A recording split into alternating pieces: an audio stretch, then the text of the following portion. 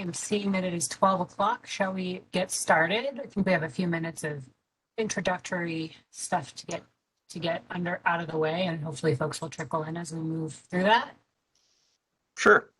Hi, everybody. So thank you all for coming. This is the Q Team's inaugural Lunch and Learn. I'm Joel Lopez. I'm a judicial clerk for a family law judge for Judge Torres. The Q Team, for those of you who don't know, it's an employee resource group at the Multnomah County Courthouse, and we specifically focus on issues of LGBTQIA, and then also we have allies that we have in our group. Previously, we've done the Pride Parade with a number of sitting judges, which was actually pretty phenomenal. Unfortunately, we haven't been able to do that for the last 2 years, and I'm sure you all probably know why. If anyone is interested in joining the Q Team, we're always happy to have new members. We're getting back to our monthly meetings, and also we do social events as well. So we do community outreach as well as events within our group. So we'd be happy to have any of you who are interested in participating. Just contact me, Joel Lopez, after this meeting, or our co-director, Grant Davis. And I'm going to move on to Grant. He's going to introduce our speakers and tell us a little bit about what we're going to be hearing today. Thank you, Joel. And so a couple of housekeeping things during the Lunch and Learn. Please keep your microphone muted unless you're asking a question. We have changed permissions so that the chat function will be anonymous. So if you have a question that you'd like to ask without your name assigned to it, you can do that. And we appreciate you taking the time out of your lunch to be with us. So feel free to eat or take care of yourself however you need to. And at the end of the Lunch and Learn, we will have a survey. So if you are an attorney wanting CLE credit, the link will be in that survey, so make sure and fill that out, please. And next, I would like to introduce our trial court administrator, Barb Marcille. We asked her to say a few words about why this event in particular is important to our court's mission and values. Hi, everybody. Thank you for being here and joining us. In recognition of Pride Month and in support of our LGBTQ employees, customers, and community members, I'm just really thrilled that Q Team and in concert with our Diversity, Equity, and Inclusion Committee and Basic Rights Oregon that we're able to offer this presentation. The mission for our court is we establish a mission that the Multnomah Circuit Court values and empowers our employees. Together with our judges, we help people access court services and resolve disputes.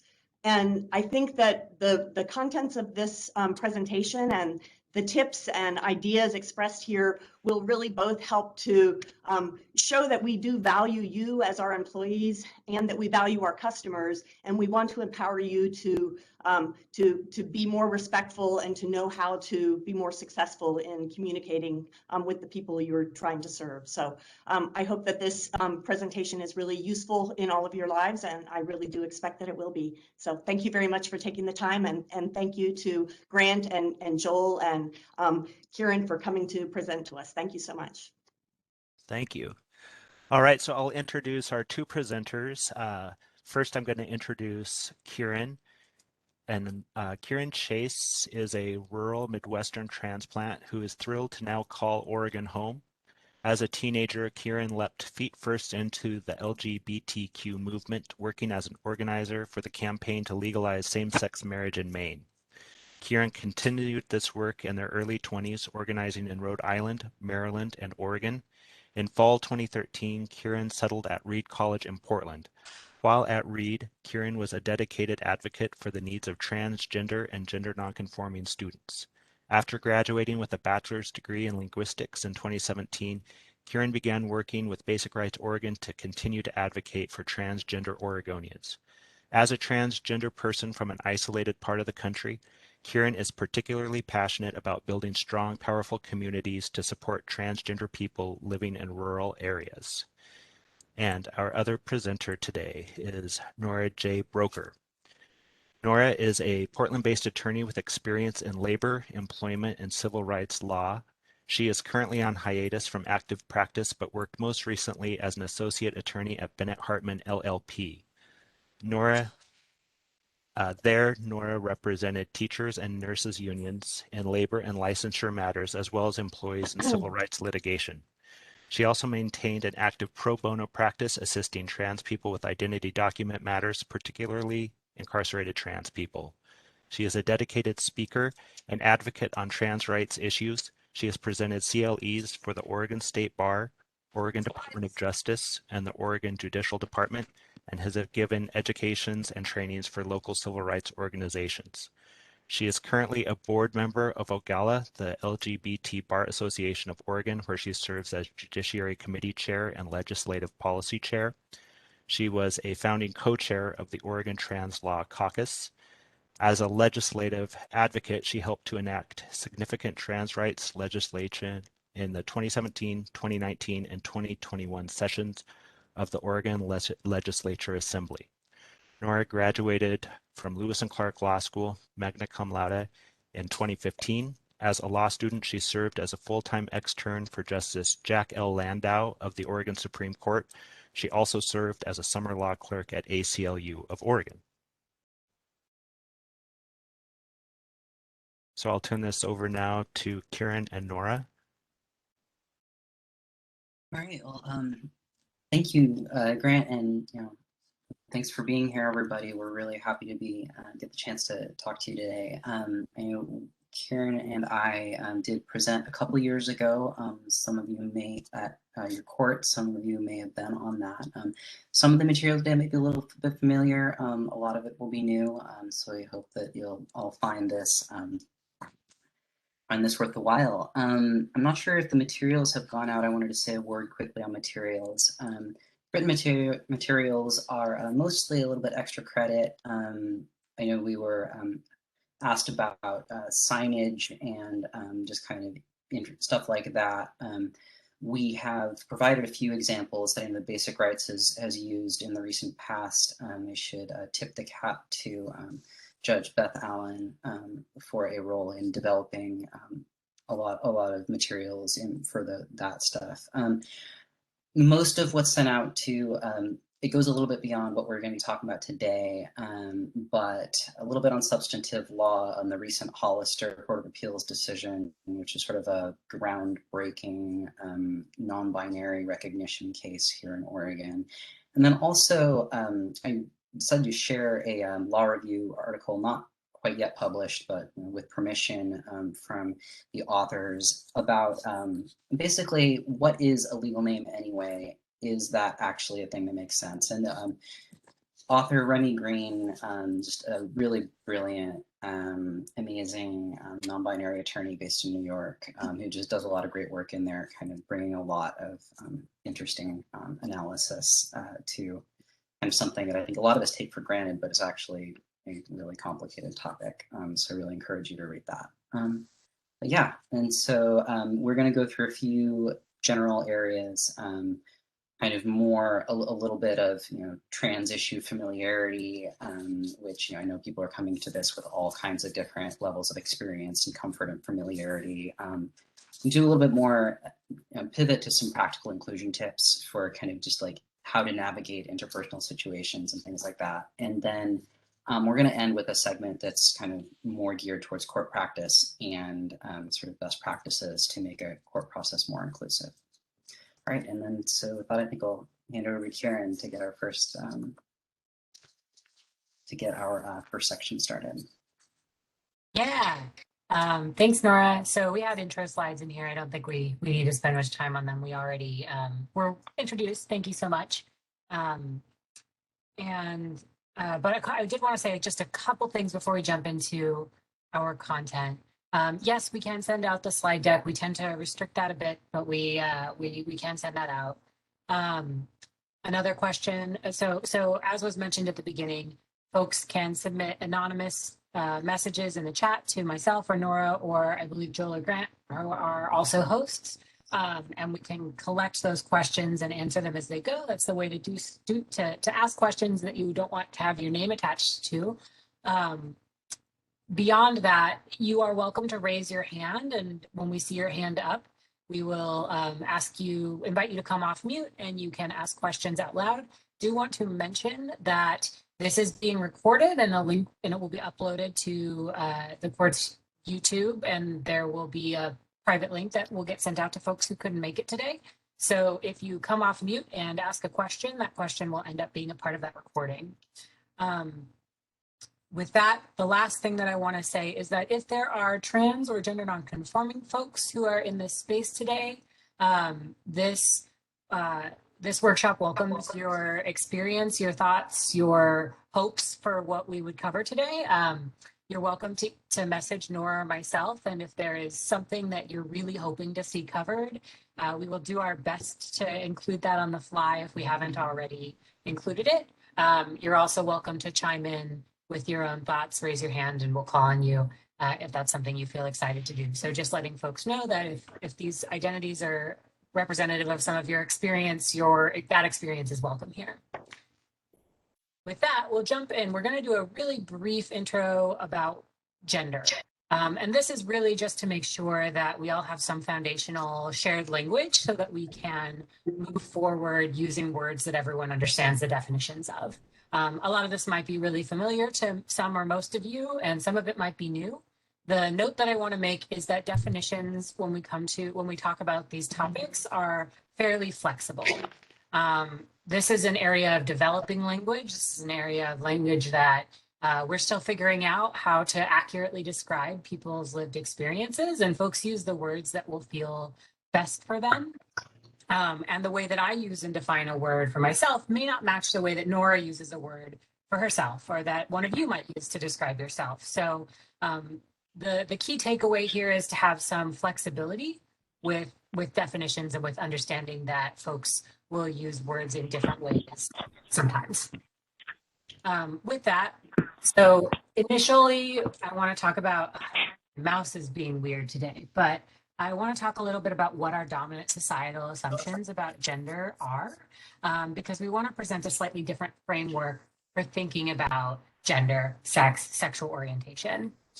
So the foundation here is that when people are born, based on the bodies that they have, they're placed in one box or the other, right? Two boxes, one box is for boys, the other box is for girls, and it's based upon primarily the physical appearance of that person's genitals, right? That's most of what we know about most babies when they're born, is the external appearance of a person's genitals. When we talk about what makes a person male or what makes a person female, we're usually also kind of thinking about chromosomes, right? XX or XY chromosomes. We're thinking about things like whether that person has higher levels of testosterone or estrogen in their system. Of course, everyone has both of those hormones in their system, but in varying degrees depending on their sex, typically. And the thing about our dominant societal assumption about sex is we put every person into one of these two boxes based on the appearance of their genitals. And even if we're just talking about bodies, the reality of people's bodies is more complicated than a two-box system. There are folks who are intersex, who have a number of different possible variations in sex characteristics that range from having chromosomal differences, like having XXY chromosome or a single X chromosome, to testosterone or hormonal differences, such as a person who appears physically to have a male sex designation hitting puberty, and then testosterone doesn't necessarily take over in the way that one might expect it to, so they don't develop secondary sex characteristics like pubic hair or a deeper voice or facial hair. Other intersex variations, there are many things that can be classed under this umbrella. So we have this two-box system, and even if we're only talking about bodies, it's not working for everybody. But of course, on the basis of these two boxes, we don't just say that, congratulations, your baby has a male body, right? We say, congratulations, it's a boy, congratulations, it's a girl. These are words we associate with gender, which I'll define in a moment, but we make an assumption that a person has a certain set of physical characteristics, and that determines, to some extent, their social role, right? That they will exist as a boy or exist as a girl, and further, that they will be masculine or they will be feminine, right? And then our society kind of tends to really segregate people based on these two boxes. and say that there are things that men are supposed to do, things that women are supposed to do, a lot of that gets a little bit less, it has gotten a little bit less overt in the last few decades, I would say, with the rise of feminism and other changes to our social order. But if I asked you all to start listing traits associated with femininity or traits associated with masculinity, it would be very easy for folks to identify some of those characteristics. And so we have this system where we assign people a sex at birth, and then we kind of assume a bunch of things about who they're supposed to be and how they're supposed to see themselves through their life. This also applies to who people are attracted to. In general, our society expects men to be straight and expects women to be straight, right? Expects people to be attracted to people in the other box. We have, of course, made a lot of progress on this. We live in the era of same-sex marriage being a legal reality in our world. And also, if you Google the word couple, if you go into a Google image search and you type the word couple, you will get page after page after page of couples that are a man and a woman, right? Or appear to be a man and a woman. And so we still have a lot of work to do to actually adapt and push our social consciousness to think about couples and to think about attraction that doesn't necessarily fit into these dominant societal assumptions. So this is the system we have, and it's not working very well, right? So we want to present a slightly different way of thinking about gender and sex and sexual orientation. So you see this two-box system. One way of expanding how we think about these things is to put gender and sex and sexual orientation and expression on a spectrum rather than a binary, and to allow those spectrums to operate independently of one another. So we have a person's assigned sex or their sex traits. So this is typically what the doctor says when a person is born, and or the physical characteristics that a person has, right? Biological makeup, genes, chromosomes, sex traits. A person might be male, they might be female, they might fit entirely categorically into one of those two boxes. And they also might not, right? A person could be intersex and fall somewhere in the middle on this spectrum. A person could have undergone changes to their body at different points in their life that change the sex traits that they have, right? So creating space in the middle creates a little more space for folks to accurately be able to define and describe who they are and how they experience the world. So a person is assigned a sex at birth, or a person has a set of sex traits. That's about your body. And it's the truth is it's a lot more complicated than this, but for the sake of being able to have a conversation, we're going to present it kind of in this somewhat simplified and condensed way. The second spectrum that we have is gender or gender identity. And so this is an innermost sense of yourself, right? It's kind of how you know and see yourself in relation to the sort of gendered world around us. Like our world says there are boys, there are girls, and in a growing way, there are folks who are neither and folks who are both. And it's about, okay, when I think about who I am, where do I fit in these social categories? And whether gender is biological or social is a debate I can't jump into at this point. Different folks have different feelings about that. And the reality is that it doesn't really matter for talking to and existing in this world, right? If someone tells you what their gender is, that's what their gender is, and it doesn't matter why that is the case. The best analogy that I've ever, or hypothetical that I've ever heard around this for folks who maybe have a challenge of trying to separate gender from sex and to kind of understand that, distinguish that in your mind, is like if we imagined a future dystopian world where we were having our consciousnesses uploaded into robot bodies, and those robot bodies didn't have sex characteristics, and I uploaded your consciousness into a robot body, you would probably still think of yourself as a man or a woman or as the gender that you are, right? Regardless of what your body looked like. So that is your gender identity. Most folks have a sense of that. And again, there are people who are men, there are people who are women, there are people who are neither, and there are people who are both. So creating a spectrum means there's some space, some sort of wiggle room for folks to identify themselves outside of what society expects. The third spectrum is gender expression. This talks about how you present yourself to the world. What kind of clothes do you wear? How do you kind of express yourself, right? Long hair, makeup, painted nails, or not?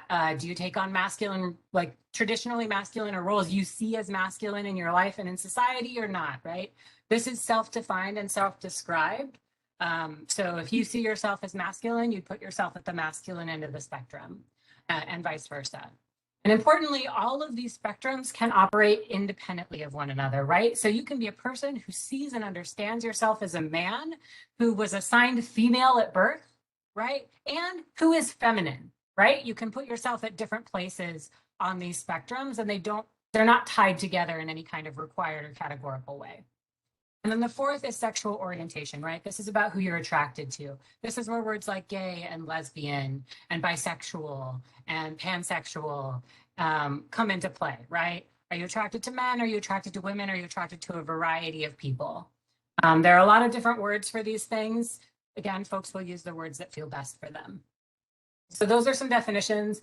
We have a slightly better way of understanding people now, understanding people's experiences. Just a few examples that I'll go through really quickly so you can see how these spectrums work. And then I promise we're going to jump into actually talking about how to show up in the world and support these folks. So Oprah is a woman who was assigned female at birth on the basis of her body. Her gender expression she describes as feminine. She sees herself as a feminine woman, and she has very publicly talked about being attracted exclusively to men.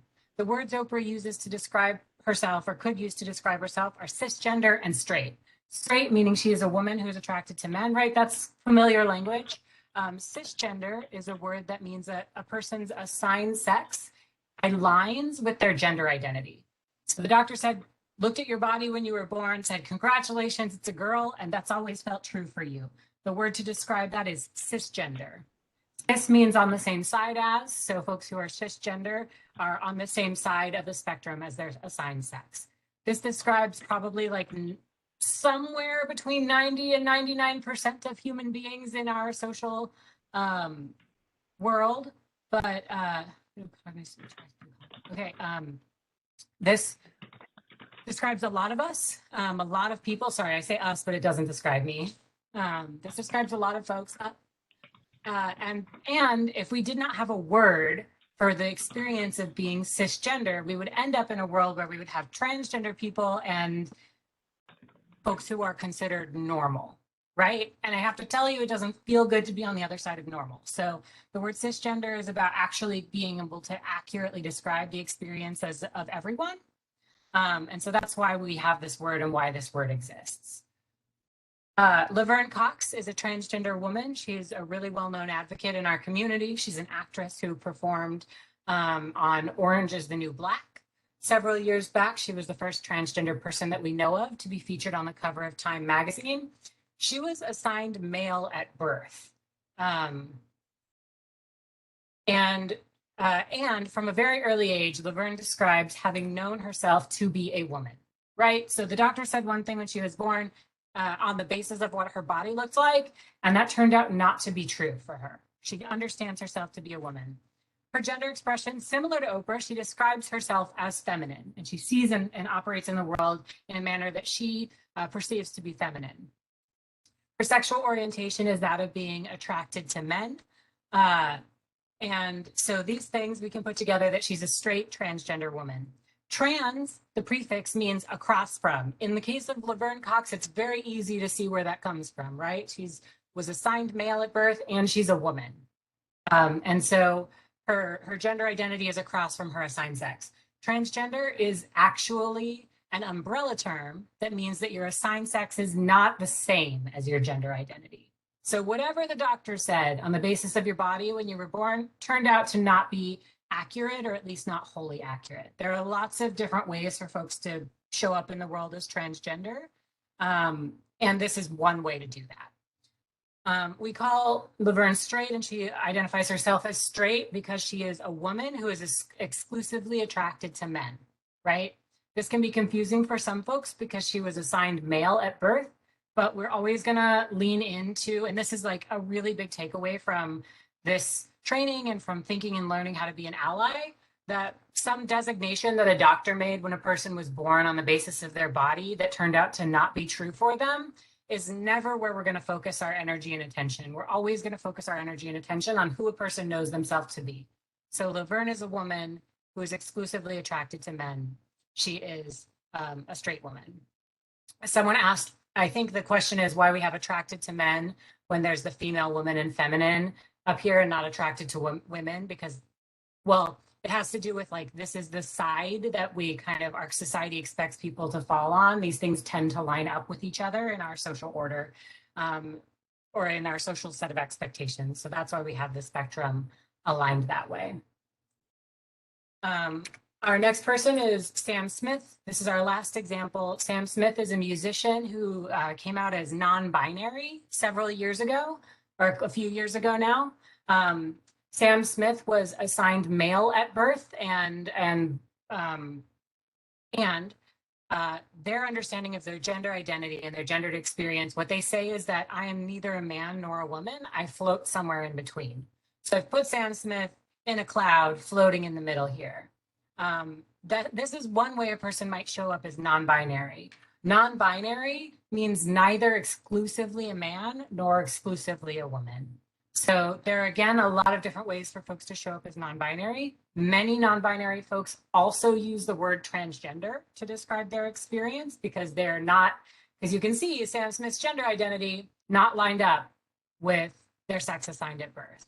So again, transgender could be applied to them, but I don't personally know whether Sam uses the word transgender to describe themselves, because I've never seen or heard them do that. However, many non-binary folks do also use the word transgender to describe their experience. Their gender expression, I put it in the middle, but really it could go like all over. They sometimes present in a way that they describe as very feminine, sometimes very masculine. It really varies depending on what they're doing, and apparently their mood. Sam Smith is a great person to follow on Instagram if you're a person who uses Instagram. Their sexual orientation is that of being attracted to men. At least that's the last thing they told us. They're attracted exclusively to men. They use the word gay most recently to describe their sexual orientation. That can be a little confusing for some folks, because typically, historically, gay has meant people who experience exclusively same gender or same sex attraction. And if you look at Sam, it's a little confusing because their gender identity is not that of being a man, right? But they are exclusively attracted to men. But it turns out our lexicon doesn't actually have a word that explicitly means a non-binary person who is attracted exclusively to men, right? And so this is an example of our language developing and shifting over time, and people using the words that feel best for them. Sam uses the word gay to describe themselves, so that's the word that we use for them. I hope I'm not missing any questions. I know I'm talking really fast. I want to get through this piece so we can move on. All right, and I think that was the last of our language. Hopefully that made sense for folks. Feel free to drop questions if you need to. And I'll pass it to Nora. Yeah, thanks. I was gonna start here with a word on transition and what that means. I know that over the last couple decades, we're trying to move forward in our understanding of what transition means and what it means to be trans and the capacity there. Growing up in the 90s, for instance, you would often hear really bluntly about, oh, is somebody having a sex change operation that stood in for this entire transition process and everything that it meant. And that's not a good way to describe that. And it is such a more complicated, variegated, and personal experience, and means different things for everybody. We've broken down a few different aspects of what transition can mean. It can involve medical treatment, which can be hormones, counseling, and or surgery. This is going to be, everybody is going to have different needs and different pathways. Oftentimes this information will not be relevant to most contexts that you're going to be engaging the trans people with. Social is different. Social, that's just how you're shifting the way that you are interacting with the world, how you're wanting to be addressed, how people are addressing you and engaging with you, and basically how you're putting yourself out there. This usually involves a process of coming out to people you're close to, and then eventually the broader world. People may not be out in all contexts, and they may not have a uniform way that they're putting themselves out across all contexts, even years after transition. But yeah, specifically that would refer often to name and pronouns, and or how they're dressing, appearing, you know, all kinds of things in that regard. And then legal transition, you know, this is, you know, I mean, we're most familiar, I think, especially in a circuit court context with, you know, name changes and things like that. In truth, this is a often just endless process for trans people as they update different parts of their kind of formal identity with various organizations and entities and governments and credit bureaus and everything like that. But you know, it often starts with these legal marker changes. You know, it's an area where there often are a lot of barriers, and Oregon is a particularly good state and been a leader in kind of making those processes accessible. It's not the case everywhere, and yeah. And so also just one broader point I kind of wanted to bring up as we went through kind of this tool for kind of parsing out different aspects of identity and transness. And bringing it back to legal context, if you're familiar with like the last 40 years of anti-discrimination law, you know, a lot of times these terms get conflated, you know, sex and gender used interchangeably oftentimes. Like we've gotten into the weeds to kind of pull apart some ideas. You know, different people view it differently, and often even you step back, you take in the whole forest, and you know, these things are not so technical and discrete in practice. Last summer, we got the Bostock decision from the United States Supreme Court, which, you know, held that trans discrimination, sexual orientation discrimination were indeed included as under because of sex, you know, which consistent with 40 years of case law. And what that recognizes is that, yes, you know, you can get into the weeds and get into the particulars, but when you step back, you know, these are all related, all overlap. And oftentimes, you know, it's not actually that important to draw these hard lines when you're engaging with these issues. All right, and so I think we're ready to move on.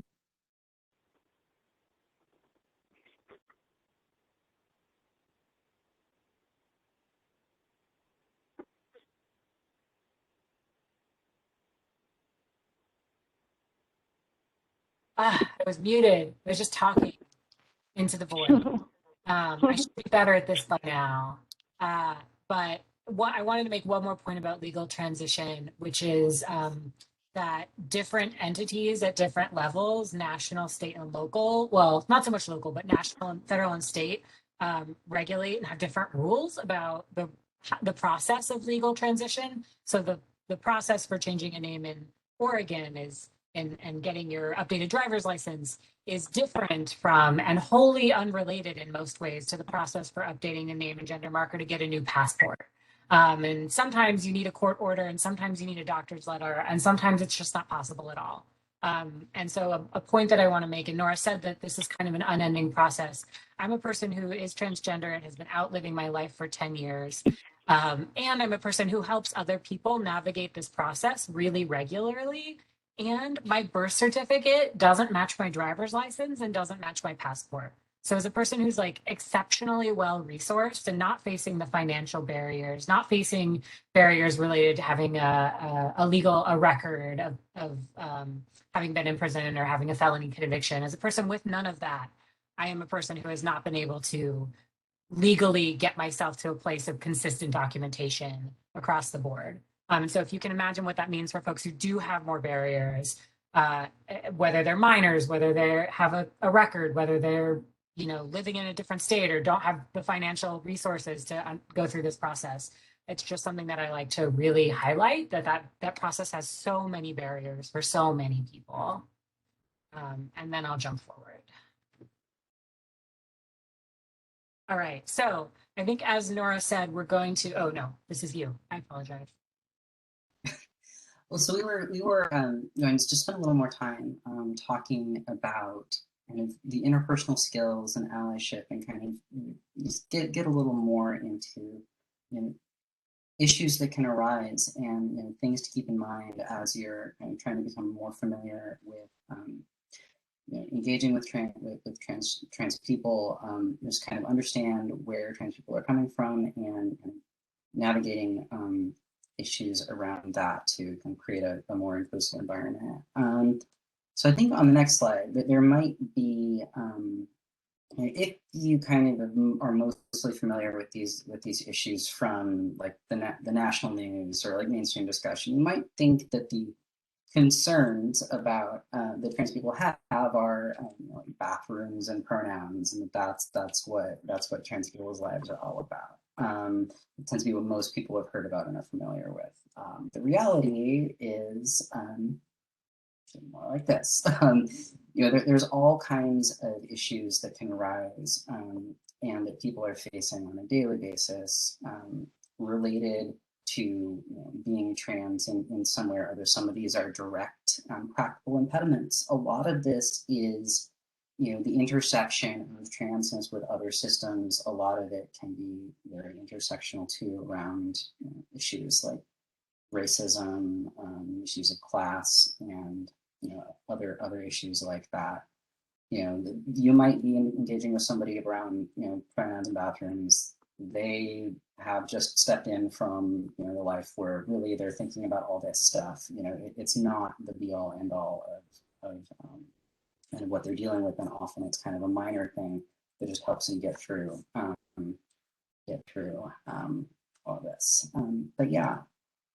So one of the biggest issues I think for people who are trying to be good allies is, what do you do when you make mistakes? I mean, first of all, to err is human. We all make mistakes, and when it comes to pronouns and recognition and best practices, we all make mistakes. I mean, often for trans people, we will make up a lot. We will mess up a lot too.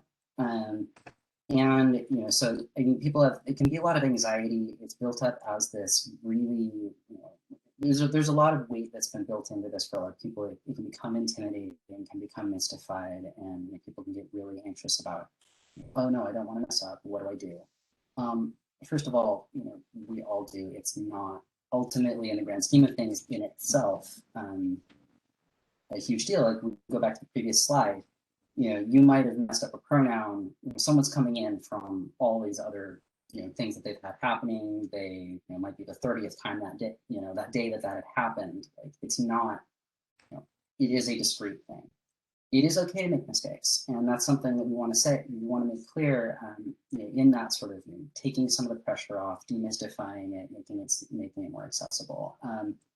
The key, though, it's like, it is okay to make mistakes, but do better next time. Acknowledge a mistake. Move on, and commit to doing better. And this doesn't mean I think oftentimes trans people are going through their lives expecting this sort of stuff to happen. They're expecting their pronouns to get flubbed, to get misgendered now and then, especially in an unfamiliar environment, meeting people, say, in a court or a process like that. They come in with a lot of negative expectations. And so oftentimes when that happens, kind of the worst result afterwards can be if a big deal is they made about it, because then they feel on the spot, it's being just really highlighted. And oftentimes, I mean, for trans people, they really just want to move on, but ideally move on and have, the person kind of own the mistake and do better. Messing up and then continuing to mess up and not making an effort to do better, that is harassment, disrespect, and that's kind of what somebody's going to be fearing then. So owning mistakes, acknowledging, and then committing to do better, and that's really the point here. It doesn't have to be a big production. Shouldn't be. Own it and move on. That's the big takeaway. Yeah. Indeed, mistakes are human. We're all allowed to make them. Nora, I want to mention that I have at least one person who's having some trouble hearing you. I'm having an okay time hearing you, but it may be helpful if you can either change your mic situation or move a little closer while I'm in this next piece. So folks are allowed to make mistakes. In fact, mistakes are a necessary and fundamental part of learning. If you don't make mistakes and learn from them, you can't do better, right? And also understand that there is pain here and people in pain may be upset, right? As Nora said, you might be the 30th person who messed up that person's name or pronouns or gender or called that person beautiful when they preferred to be called handsome. You might not be the first person that day. You might not be the first person in that hour. They may be coming into a context in which they're really anxious, right? Court experiences bring out a lot of anxiety in people. Often folks aren't at their best, right? And someone may have a really strong negative reaction. You might have experienced this if you've been working with trans folks for some time. There might be a person who has had either verbally or physically violent reactions related to their gender, has faced outright rejection or hostility from their family or their community. And what feels like a tiny thing, like the wrong tiny 3-letter word or 2-letter word getting used for them, what feels really small for you might feel really big for them because it's a tip of an iceberg situation. And so while you are allowed to make mistakes, and in fact, you have to make mistakes, and you have to be willing to accept that, you also, a part of really effective allyship is creating space for grace and understanding that people might get upset with you. And being able to take that and hold it and say, I understand and I'm sorry that happened. You're right, I need to do better, right? Creating that space in yourself to not take it too personally if someone gets upset with you for human error. This is something that comes up a lot with folks, like what if someone gets really mad at me? Understand that it might happen. If you're prepared that it might happen, it will be a little bit easier to manage. Confidentiality is another sort of baseline allyship kind of requirement, and one that gets lost, I think, in a lot of places. Nora's going to talk a little bit more about some really court-specific things to consider when it comes to confidentiality.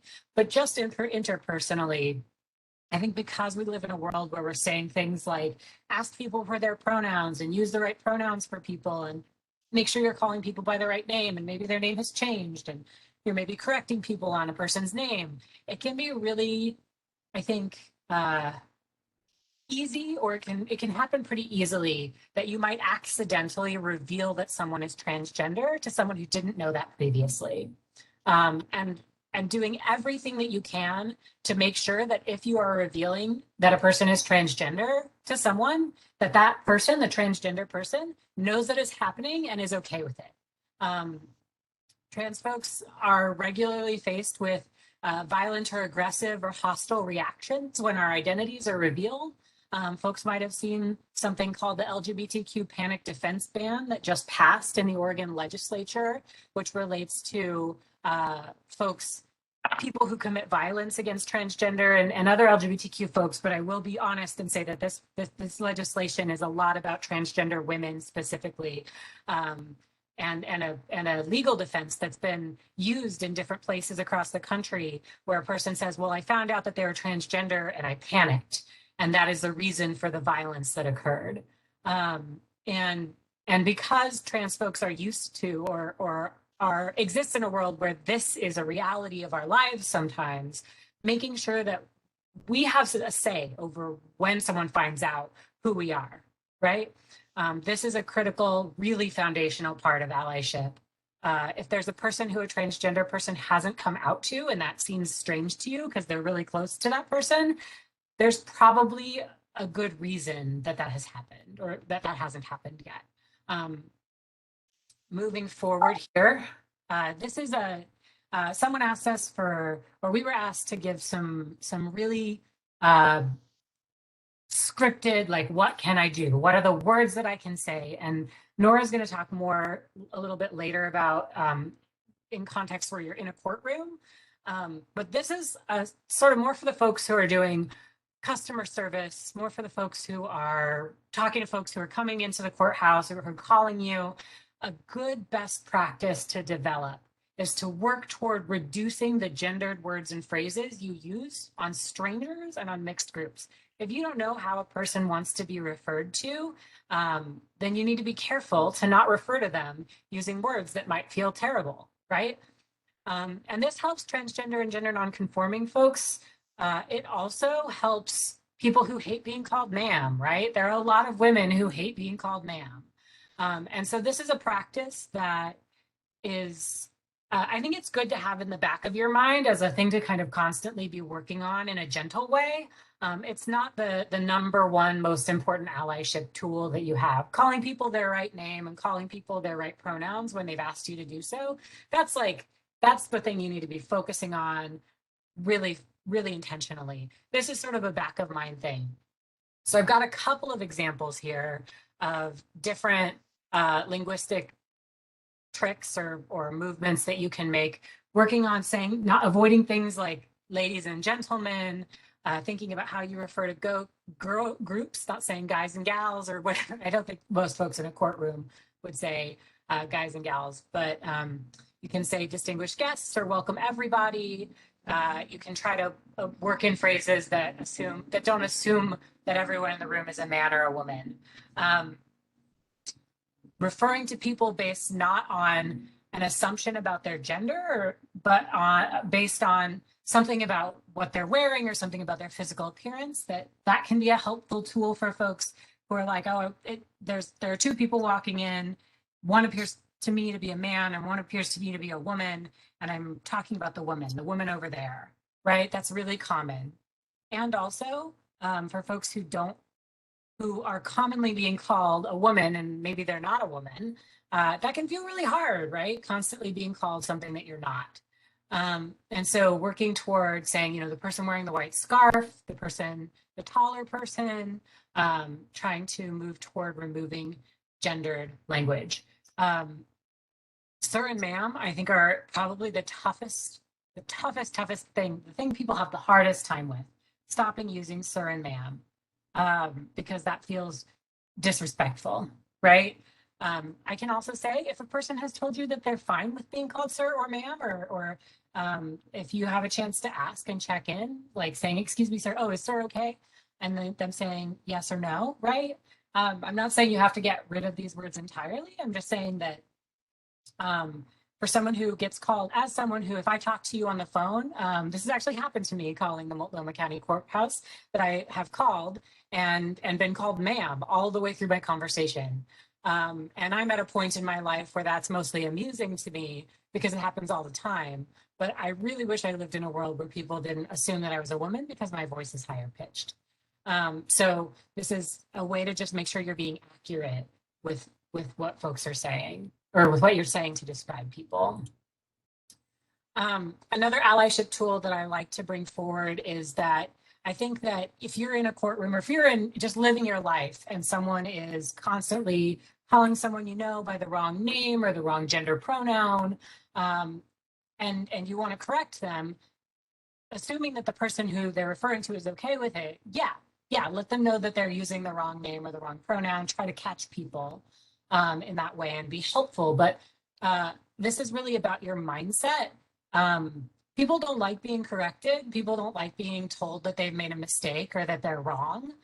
It's not a way to open the conversation and bring someone in who is new to the topic. So a really helpful mindset to have as an ally or someone who wants to be an ally to this community is to really think about yourself as trying to bring people into the conversation, right? If you're just saying, no, Jonathan uses she pronouns, Jonathan uses she pronouns, Jonathan uses she pronouns, and that person is resistant, just continuing to correct them in that way is not going to actually make a difference in getting that person to really see Jonathan in the way that Jonathan wants to be seen. So thinking about how can I bring this person who's messing this up a lot or who seems resistant into the conversation? How can I find out what the barriers are? How can I actually support this person in their learning? That can take some of the burden off transgender and gender nonconforming people who have to do this work constantly to try to bring people into our conversations. And then I think this one is a big one. I see some questions early in my chat box, and I'll we'll be working them in as we go. But another thought about wanting to refer to people in the ways that they want to be referred to. Nora's going to be mentioning like creating an kind of a baseline practice of inviting folks to share their name or their correct name or the pronouns that they use in a court context. And this is a similar topic. So thinking about in your day-to-day work in the courthouse, where can you create opportunities for people to share who they are and to be referred to correctly? Maybe that looks like asking everyone you call what pronouns they use, right? Maybe that's what you're going to do. Some folks don't feel like that is a necessarily super workable option.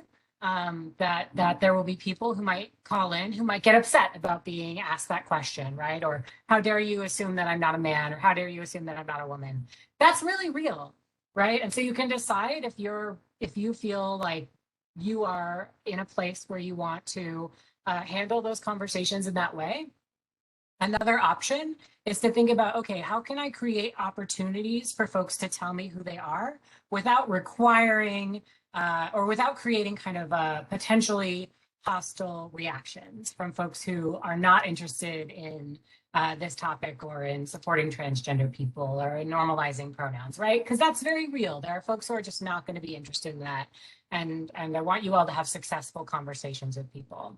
And so one tool that I use, or one way that I might phrase it and do things when I've had phone customer service jobs, is that I will, if I'm calling someone and I say, okay, the name I have on my record is John Smith, and the person's like, you're talking to the correct person, I say, thanks so much. How would you like for me to refer to you today? As a very early way of asking, sort of, tell me what you want me to call you, right? And that person might say John. That person might, if they're a trans person, they might say I use he and him pronouns, right? That might be what John tells you. You might say, actually, my name is, I like to be called Janet, right? And I'm saying, great, okay, I have a way I can note that down. Is that, can I put that in the preferred name column on my spreadsheet or something like that? So where can you create those opportunities, and how can you do so in a way that's going to work for you and that's going to support your ability to like actually create that space for everyone you talk to without making assumptions. All right, and then the sort of final baseline basic piece for creating an inclusive environment for trans folks, I'm actually going to pass to Nora. All right. Yeah, and so I think that this is going to loop in. This is going to like sort of loop in, kick off our next overall section. But so one of the ways that you can begin to approach this is just sort of doing these passive, passive tricks, passive signals that kind of show that you are thinking about these issues, that show that you have some familiarity, and that sort of creates signals, without you having to explicitly say anything, that it is going to be safe for people to come out with to tell you their information, to share with you that you're someone who they can expect to be engaging with them respectfully. So we have some examples here. Many of you may be familiar with suggestions or to include pronouns in email signatures. We've all been on a lot of Zoom calls for the last year and a half, 2 years, and a lot of people take to putting their pronouns in their identifiers there. Another way, especially for courts and other offices like that, is inclusive signage. Just and there's all kinds of various. Some is LGBT specific, some are more general. But just there's a lot of times you'll go out and see people putting up signage attesting to their inclusivity, that just to make people feel like, okay, this place is actually thinking about these things. So I think we can jog forward. Yeah, so on which looping into creating, specifically creating an inclusive court. So yeah, that was the place to start. So I remember after after joining the bar and getting my first associate job, my first trip to the court for a hearing, and it was in then Judge, now Justice Adrian Nelson's courtroom. And it stood out to me walking into that courtroom that Judge Nelson had a sign out that attested to inclusion for LGBT people and for on the basis of gender identity and all sorts of things. And that was striking, and it really did set a tone. And you might question the value of those things, but in a place in an environment like that, it actually can matter quite a bit to have those things come up. So going to conduct of your courtroom.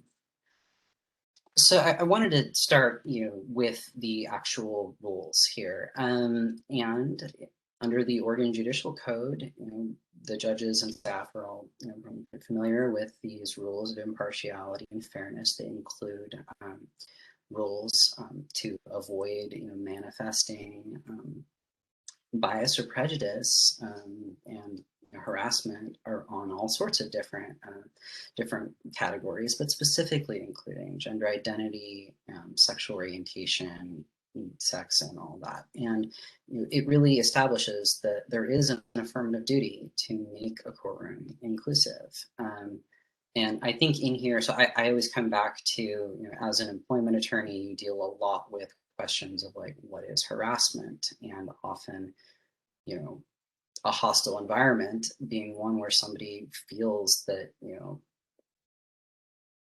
the terms and conditions are what I'm usually dealing with that in that context, but basically that they are not being afforded the same level of respect that the other litigants are being, and the other people in the room are being treated with, that they are being treated worse in some respect than everyone else, and that is interfering with their ability to really show up and have confidence in that space. And so a way that we like to frame this for inclusion and for the need to be affirmative and respectful of identity is, everyone else in the courtroom, when a trans person walks in, the likelihood is everyone else in the courtroom is having their pronouns and their name respected. The trans person is owed the same level of respect. It's not a special request. It's equal dignity. It's equal treatment. I think that's a good starting point. And from the court side, it is that expectation of creating an environment that is free of bias. And I can say it's interesting as someone involved in the legal system, because there is so much cynicism, I think, that trans people bring to, I think, especially court environments. If you follow the national news, there have been a number of cases coming out recently from judges with certain political backgrounds that are not, will refuse to do stuff like that, stuff that is the rule, the black letter rule in Oregon. And that's the kind of stuff that people are often hearing. I think oftentimes people have less of a sense of what our actual local courts are really like, what they believe. Having seen the community outside and also behind the curtain, I often want to encourage people, especially here in Multnomah County, by what they can expect in terms of the conscientiousness of the court. But that is really living up to the duty here, and it's work that we appreciate you taking seriously, and it's always an ongoing process. So going forward to the next rule, so it's a little different for attorneys, right? Because attorneys are advocates. Oftentimes they will be opposing. There is more leeway, and the what actually crosses a line in terms of action, like discipline conduct, it is a little higher. It's knowing intimidation, things like that. Gender identity, gender expression, sexual orientation still protected there. A key point is that things can fall short of bar discipline, though, and still be well within the purview of the court to correct behavior. And I think we can get into that more specifically a little bit later. I just wanted to make sure you've thrown out the actual rules as part of our discussion here. So then moving forward, really it is the key here for treating trans people in your court and also behind the scenes as in your workplace respectfully is respecting the chosen names, using the preferred language, and that's not just pronouns, it's also titles and honorifics. We have up on the screen Mr., Miss, Mix.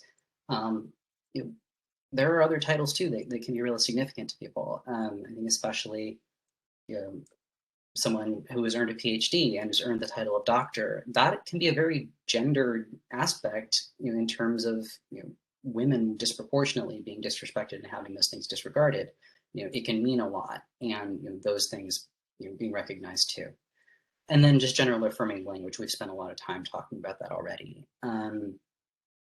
But yeah, so then moving forward to specifically sort of what are we looking at in terms of trying to create a more inclusive court. Okay, first, what to ask, back up slightly. One of the things that I mentioned earlier when we were talking about different sorts of transition is sort of the relevancy of information. And most of the time, trans status is not really going to be super relevant. Most of the time, a lot of aspects of somebody's life and identity are not necessarily going to be relevant. If you're asking something of somebody related to their transgender identity, is there a purpose? Is it actually further into proceeding? Is it necessary information?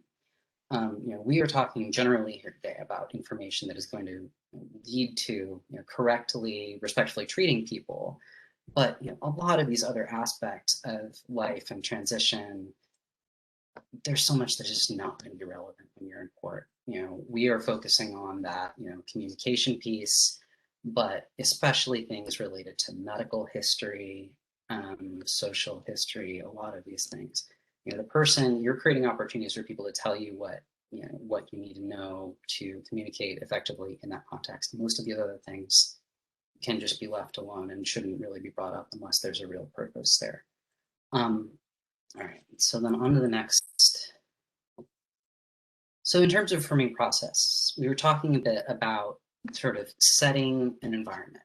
That can be signage, just showing that you are committing, and like I say, you might wonder about the value of that, but when somebody's coming in expecting to have the system not treat them well, having even small tokens showing that you have thought about this, and then following through with the other strategies and practices that we're talking about can really set a tone where people have a little bit more faith and a little more freedom to share.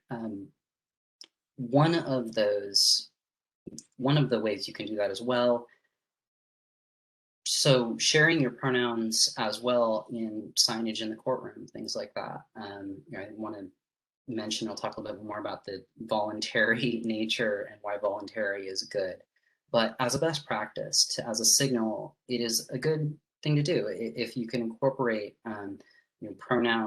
your pronouns into that kind of signage that you might have in the courtroom or around the courtroom. And then, so in terms of actually conducting hearings and actually making space for this stuff in a court, so consistently modeling, sharing your own pronouns, if that is something that you're comfortable doing, that's a great way to kind of set the tone. Once again, build that environment, signal that you're thinking about these things. It can be, by that modeling, you're really showing that this is something that you've incorporated into your processes. And then really just getting into, there's a host of information that is probably quite useful for you to be gathering at the beginning of any particular process or procedure. Name, pronouns, and titles. We talked about the variety of titles that can be out there. I mentioned mix quickly. Mix MX is a honorific that is often used by people who are non-binary, for whom neither Miss nor Mr. are going to be appropriate, and widely adopted, used by increasing number of attorneys. I have an attorney friend who their example here is actually their grandmother, who it matters a tremendous amount that she is Mrs. Smith. For her, like, she finds, there's a general transition to Miss being a general, female woman, pronoun to be assumed in those circumstances. It matters a lot to her to be Mrs. And it doesn't. These values extend further than that. And also, just pointing out that with this information, it isn't just about trans people. You also get a lot of trans people are not the only people who are having issues around names being understood in court. It's a good opportunity to understand and to give people a chance to correct their pronunciation of their name. If someone has a name that is a little less familiar to the court or is being mispronounced throughout the proceeding, that is going to be a really a jarring part of the process and something that's pushing away. Taking time to get names and get them right is important for a broader group of people. And so too, some people who just really don't have confidence and comfort with their name, if it is unfamiliar, being used in the court, might have a preferred name that they would go by. That's certain communities, that's a much more normal thing to have. And so adopting these this check-in can be really good for addressing those things as well. Other information, whether interpreter services are needed. It's just, the point is, it doesn't need to be this new big conspicuous thing to gather this information. The part about making sure that you have accurate pronouns, that you have the preferred name right, those things, it's just a good way to check in. Oftentimes, I think at the beginning, a question that we've had in the past is sort of, well, I want to use, the right pronouns. I have these fast-moving proceedings where people are coming up and up and up for an hour. Just giving out an instruction in early on, saying, this is what I would like to hear. Feel free to share this information. I'd like, if you have a preferred name, pronouns, and whatever other information you're gonna need. Inviting people at the beginning, and then sort of creating that space so that they can state that when they come up in the process. So one issue, we mentioned not outing people and also making things voluntary. So this is the whole pronoun sharing topic comes up a lot in trainings. And I think there's a lot of discussion around, in what contexts do people create an expectation that everybody's going to share, or do we leave it up to people to decide whether that's information they want to disclose? I would say that whether that is a comfortable thing for trans people to do is going to vary depending on the context. And also, I think it's going to be nearly impossible for someone to truly understand and appreciate how comfortable their process actually is. And we've spoken on a number of occasions about misgivings that trans people might have coming into court. This is probably not an environment that they're going to walk into feeling an expectation of comfort. And sometimes the best thing for that person is going to be to insist on I use they them pronouns, I use other specific pronouns, something like that, to make sure they're treated well.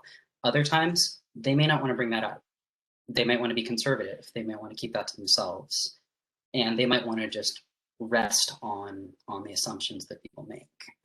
And so really leaving it voluntary leaves the agency with the people themselves. And it empowers people to share what they need without kind of feeling inquisitorial.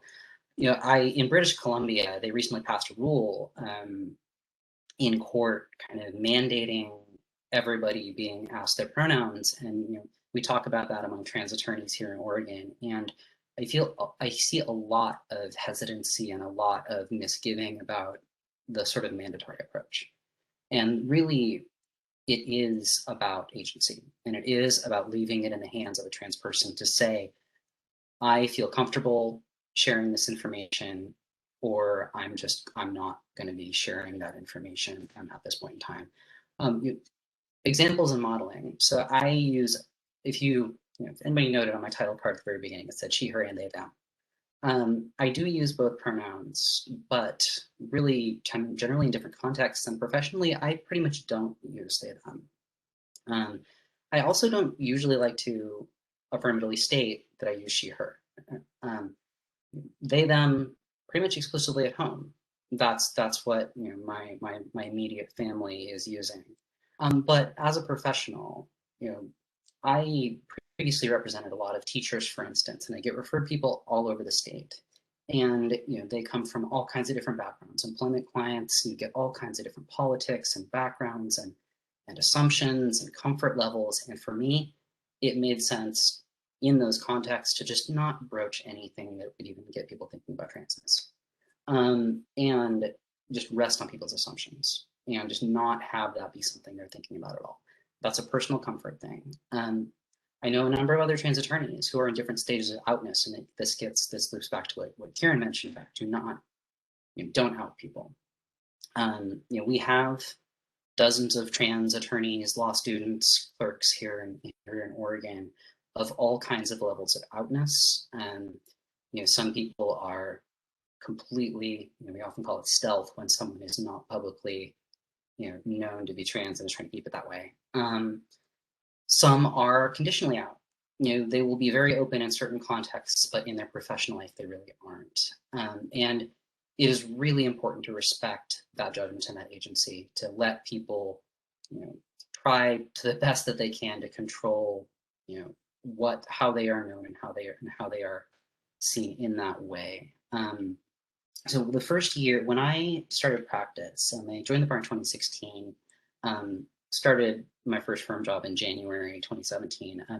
Oregon State Bar Bulletin came out that year, and it was about this new thing of trans attorneys. Like, it was this brand new thing. It was very well meaning in a lot of its intentions. One of its sources, who it talked to, it outed as trans, and he was not actually out as trans. He was he was a trans masculine person who was assumed to be a cis person at work, and that was a tremendous upheaval, a tremendous violation of trust, and it became a big deal with the bar, and just really took months and months, and was a really harmful message between the bar and the community. We're not being that person here, and respecting those kind of confidences, respecting that agency. And the point overall is respecting the judgment of trans people to be more conservative if they want to in how they're engaging with these unfamiliar processes. All right, and then so getting past, getting to more of the problems that might specifically arise in a court. Nora? Yeah. Before we move on, I wanted to address one question that I think fits here that we got, Sure.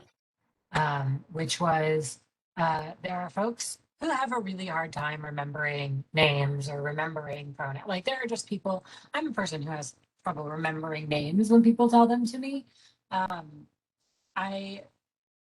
And so how to manage that when people are sharing pronouns and you're not necessarily a person who can easily recall things like that are told to you verbally or that are told to you one time. And a question around whether, if you struggle to remember, if you can just kind of blanket use they and them to avoid assumptions. I would caution against that practice. I think if someone hasn't shared the pronouns that they use with you, making whatever assumptions you need to make, like if they've had the chance and they've chosen not to, making whatever assumptions you need to make about how to refer to them is probably fine. Or choosing not to and using they and them pronouns, that's also fine.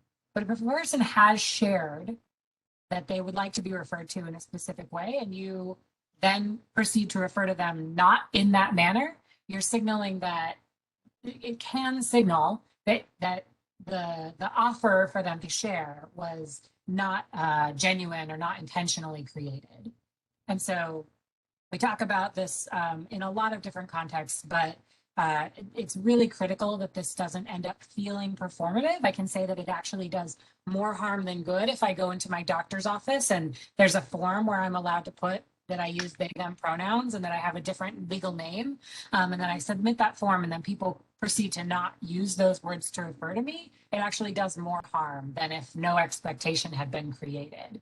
And so it's really important to figure out strategies that if someone shares something with you that challenges your assumptions, that you actually do find a way, whatever way works for you, to try to actually incorporate using that affirming and responsive language. Some strategies that I've used are literally writing it down. Like if someone is telling me a pronoun that they use that it challenges my assumptions or what I might automatically say by looking at them, because we all have a massive unconscious bias, right? That is telling us that a person who looks like X should be called Y. So actually writing it down and making it prominent and creating a space for me to make sure that I can refer to them correctly. A strategy that I share with folks is around making mistakes is whenever you make a mistake, practice 3 times in your head using it correctly. So you say like Kieran, talking about Kieran, he gave this presentation. Oh shoot, Kieran uses they pronouns. They gave a presentation today. I learned a lot from them. Their hair has blonde highlights in it, right? So actually practicing in your head will really help. But those are a couple of strategies. My recommendation is try really hard to, if you're creating space for folks to share, you need to be prepared to actually be working toward reflecting that language. And, like when we mentioned earlier, acknowledging mistakes, I think it is okay to share that, this is that you have particular difficulty around something like names and pronouns. It's not, I wouldn't just throw that out and then just not try. That is going to end up being disrespectful. And the question raises to me too, recalling the pie chart earlier, and what we're saying about what trans people come in with, and there's sort of like you're only seeing the tip of the iceberg in terms of their experience. This specific issue of using a neutral they when you've been specifically required to, or when you've been specifically instructed that somebody uses a different pronoun, that's actually like, there are a lot of people out there who are intentionally hostile and intentionally belittling and antagonistic towards trans people, and those experiences, which may not be visible to you as a cisgender person who just isn't really plugged in, are going to color and weigh on what people say. I will say that using they pronoun intentionally to avoid using the properly gendered pronoun is something that people will actually do as a way of actively antagonizing a trans person. On Twitter, if someone doesn't respect a trans woman's gender, if they say he, they might get their account suspended. So they use they and only they. And that's a way of actively disrespecting that person. So, I mean, that's part of just like underlining, possible ways that might come off to people, understanding the difficulty here. I just wanted to sort of clarify that, that kind of tactic, it can actually be used in really overtly hostile ways. So it might not be a great, initial solution, or it might not be a complete solution to the problem here. All right, and then continuing on, about problems, like we talked about this affirmative duty to ensure equitable access. As a court, you're going to be keeping control over the decorum, making sure that people are being treated respectfully, and in general that means that trans people's identity is being respected. Part of that is going to start with if problems are starting to arise, just reaffirming that the court is using the correct name and the correct pronouns, and honoring that. The courts have tremendous leeway around police and attorneys' conduct. It has happened with some regularity. I'm talking to a number of practitioners familiar with federal court proceedings where attorneys get sanctioned for refusing to to abide by these rules. The Supreme Court, when Gavin Graham was a transmasculine student in, I'm forgetting the state, Pennsylvania, I think, whose case had gone up to the Supreme Court back in 2016, did not get a decision for complicated reasons. But in that case, and often in some of these cases, the opposing, who were invested in opposing trans rights and recognition, were intentionally misgendering Gavin. And the Supreme Court instructed them to stop misgendering him in the briefing.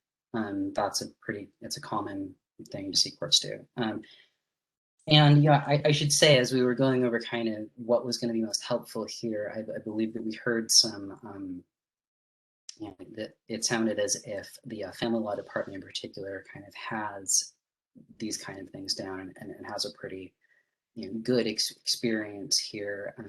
That's also what I've heard from around, from practitioners who are showing up in court. It was really kind of an A+ from Multnomah County in terms of judges standing up and really, explaining the expectations of the courtroom, and then following through and just using their authority to ensure that order was maintained. I know that at the same time, I think this gets beyond the scope of our presentation, because I know the court is looking at this as at a policy level, particularly when it gets to litigants as opposed to attorneys. What space is there for free speech policies, and for claims that it is inappropriate to direct people be correctly to be respected in this way.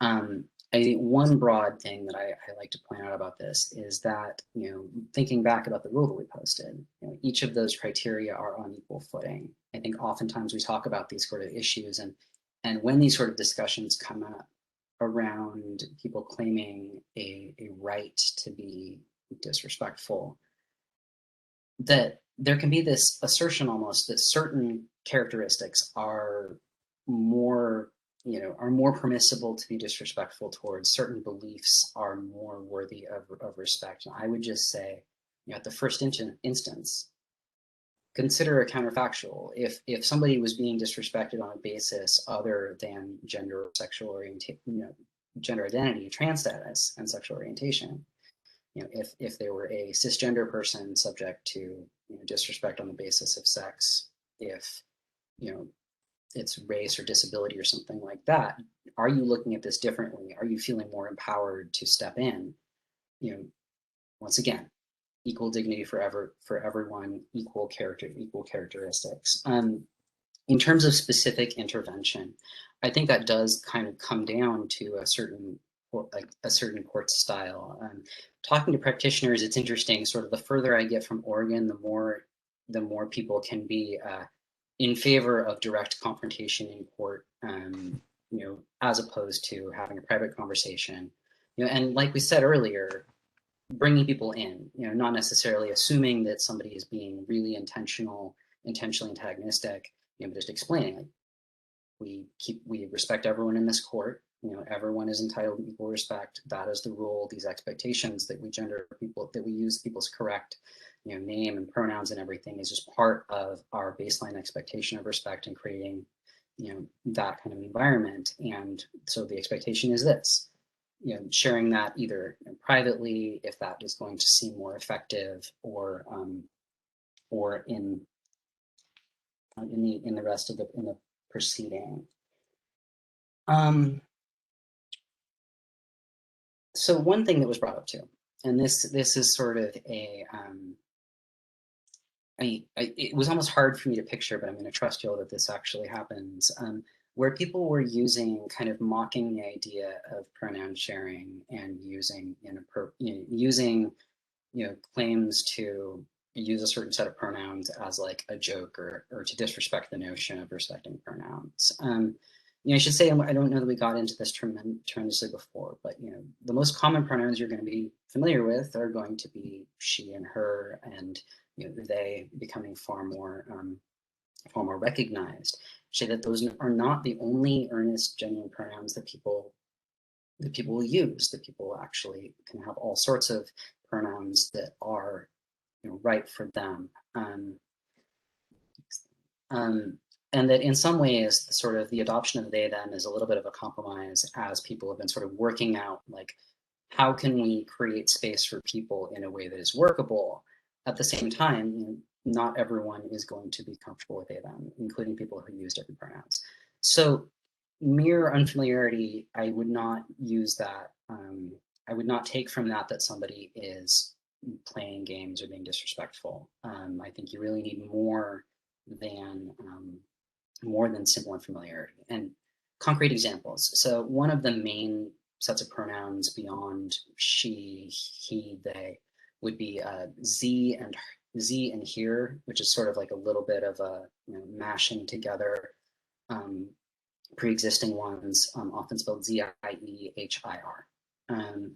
That's just one of really a countless set of examples. I wouldn't expect you to see those very often, but if you do, that's not that's somebody's earnest expression and is entitled to equal respect. If you really are getting the sense that somebody's being a wiseacre, if you have reason to think that they actually are missing out. And once again, I say it's you see this on Twitter sometimes with people who are being antagonistic and will put like joke pronouns. If you watch The Mandalorian, one of the things that the Cara Dune actress did was use joke pronouns to mock trans people on Twitter. It's hard for me to see that happening in the courtroom, but if it does happen, it is okay to ask someone, if you have reason to suspect, like real reason to suspect that they're joking around, to ask them if this is actually something they use in real life. If they use this regularly in their life, if this is how they are referred to. Once you're getting to the point where they actually are actually having to tell the court, you can do this either openly under oath, or you can do this like in chambers, but you can do a little bit of an extra level of, okay, are you actually affirming to this court that this is something you use? And if they say, if they are, then you can just quickly ask and move on. But if they're really messing around, like, that's an incentive not to be lying to you about the pronouns they use in their regular life. Spending some time on this, I talking to a colleague, they refer to this as what seemed like a self-correcting problem, because somebody who does this in court is going to undercut their credibility. There's all sorts of reasons. If you check in briefly about whether this actually is what they use, they're making representations of fact to the court. And beyond that, the number of people who are going to continue to play jokes, with that little bit of check, I hope would be minimal to none. But with that, I think it's time for us to close out, because I believe folks need a few minutes to complete a survey. So we have a couple more slides that give a little bit more context, but Nora can cover, maybe this is just the conclusion, which is a summary of everything we've shared so far. Yeah. And then Joel's dropped the survey for CLE credit. You can also just use that as a way to give us some feedback. We're always looking to actually meet the needs of the folks that we're serving. And we've gotten several requests from folks in the legal field for this kind of content. So if there's something it felt like we really didn't cover adequately, or if there's something that feels like we missed that was dramatic, or if there was something that felt particularly useful and valuable, let us know so we can make sure that our content is meeting folks' needs. Thank you, Kieran and Nora. This has really been amazing. Thank you for coming back and spending more time with us. This is really important content, and I know I've learned some things. I hope everybody else has as well. Thank you very much for being here. Thank you. I have a private question about whether this was recorded. It was recorded. I believe a link will be sent out for folks who had to miss it or had to come in or leave early. You should have access to be able to see it.